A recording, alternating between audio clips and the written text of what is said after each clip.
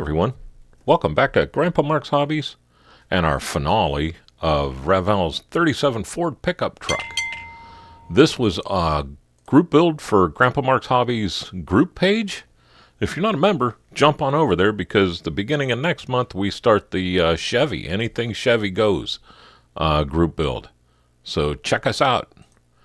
But for right now, let's get into this Ford. I literally had a blast with this thing. Almost nothing went wrong. What went wrong was what I did. So let's get the guys out of the way here. Daisy says hi. Chandler just can't leave that engine going. And Tim, I think he wants to buy this thing. Well, let's talk about this. First things first, this is a mixed color. What it is two parts Tamiya's X5 green, along with one part of Tamiya's X11 chrome silver, and then just thinned it out to spread. Speaking of thinning it out to spray, I used my Gallery's brand new TG airbrush with this thing, and man, I'm telling you, you can see it laid down just like glass. So with that, everything's kind of went pretty stinking good. I tried a new way to do the trim on the windows, and that was with, remember I told you I had these things. This is purple, but I got these color art markers on Facebook, and it had a black one in there. So I said, what the heck, and tried it, and I'm happy with that. It went on there smooth as silk. I mean, really, a lot better than I expected. I thought I was going to have to throw it in purple power, but I thought, it's the heck, let's give it a try. The bed, I think, is by far the best I ever got away with, other than the spot that I talked about in the last update where we spilled some oil. No, the bare metal foil peeled the paint right off the plastic for some reason. Never had that do that before.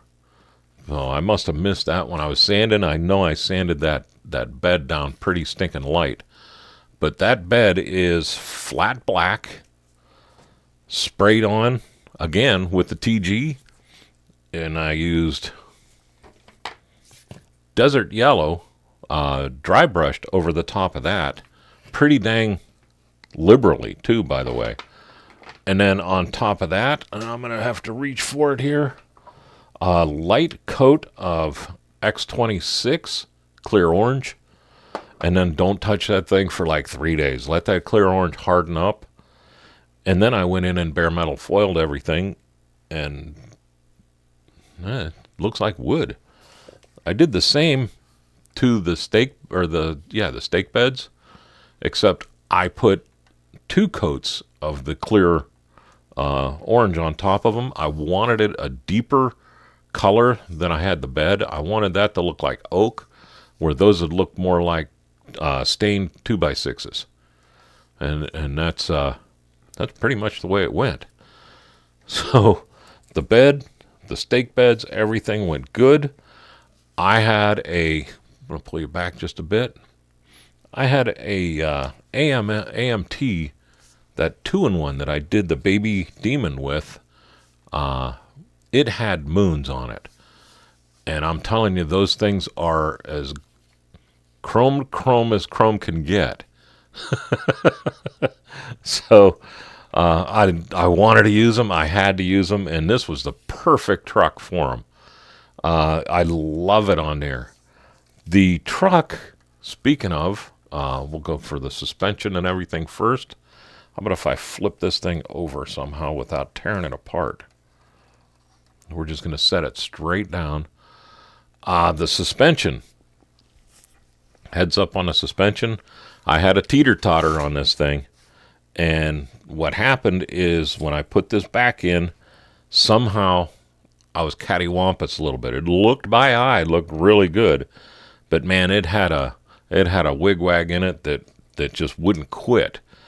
So what do you do with that? A lot of times on other suspensions and things like that, it's pretty tough to come back from that. But with this, since it is a spring suspension, what I did is, and I don't even know if you can see it in there, but I snuck a piece of sprue right up against that back rim and pushed it in there to give this a twist. And now, if you look, I keep moving the paper. This thing sits perfect. And unless you know that's back there, you're not going to see it. It blends in so well. I'm bringing you way up here and moving it around. So, yeah, right there you can see a little ring of white.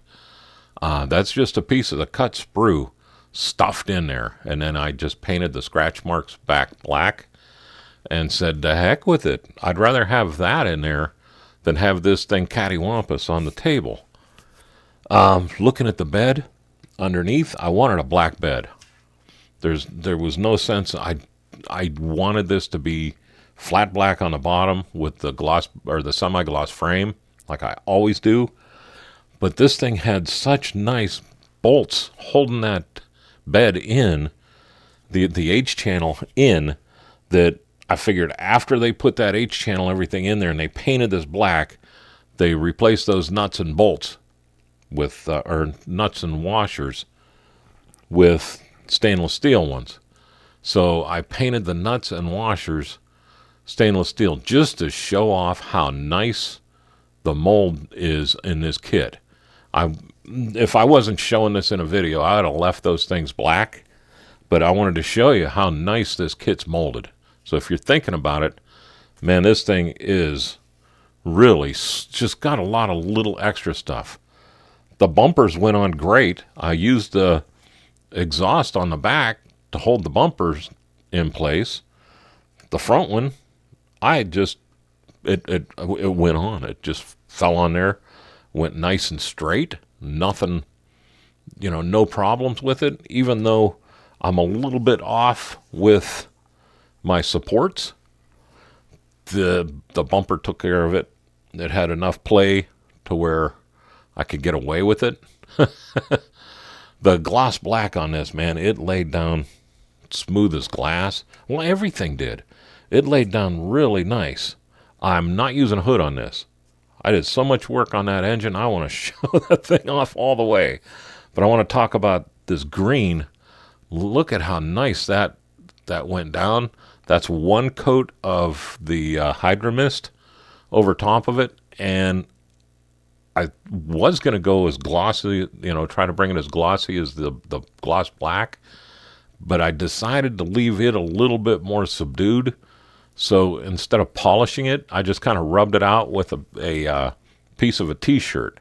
And that gave me a good shine, but not that see your face in it shine that the black did. And that's exactly what I was going for there. This side, I did opt to use the plastic spare tire holder. Even though it doesn't have a moon on it, that is good enough for me. I like that Ford hubcap on. Gee whiz, hubcap on there. I think it just looks really good. So I wanted to show that off too, even though I got the moons. I wanted to show that hubcap off. Look at the latches on here. Inside also. Let me see if I can tilt it to where you can see it. What if I spin this around? I just knocked my license plate off. That's just Mod Podged on. But look at those latches on there.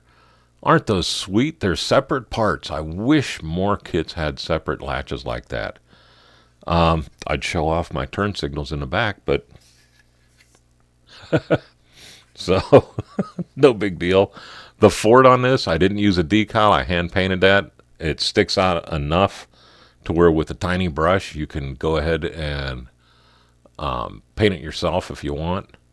Neat taillights though. Anyhow, even though I knocked the one off, I'll put it back on here in a bit. Fuel fill, I left all chrome. The reason why I left it all chrome is because I left my radiator hoses the chrome. I figured that's chromed copper, and I like that look. It gives it a little bit of bling along with the Tinkerbell air filters. So we're good with that. The detail I got out of this engine compartment, man, I'll tell you what, the firewall, they had the voltage regulator and they had the starter solenoid, so I went and wired them. I ran the linkage cable up high, figuring that it's going to be a push-pull from inside on top. It was just easier than trying to make that rod linkage come up from the bottom. And it looks okay. I'm happy with it. The wiring goes where it's supposed to go. Starter goes down through the solenoid. My alternator, I don't know if you can see it or not, but it's got the wire running towards the back. Everything's there. It's really cool. There is enough on here that you could go to town. I did have a trouble with that steering column and the steering box. Man, I had to do some butcher work to get that to fit in here around those exhausts.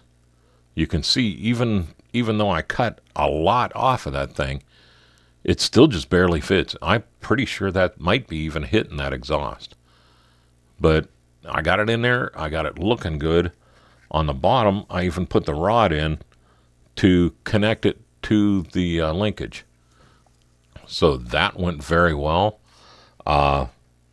Just everything went great on this. I used the Gundam marker for my panel liner on this one.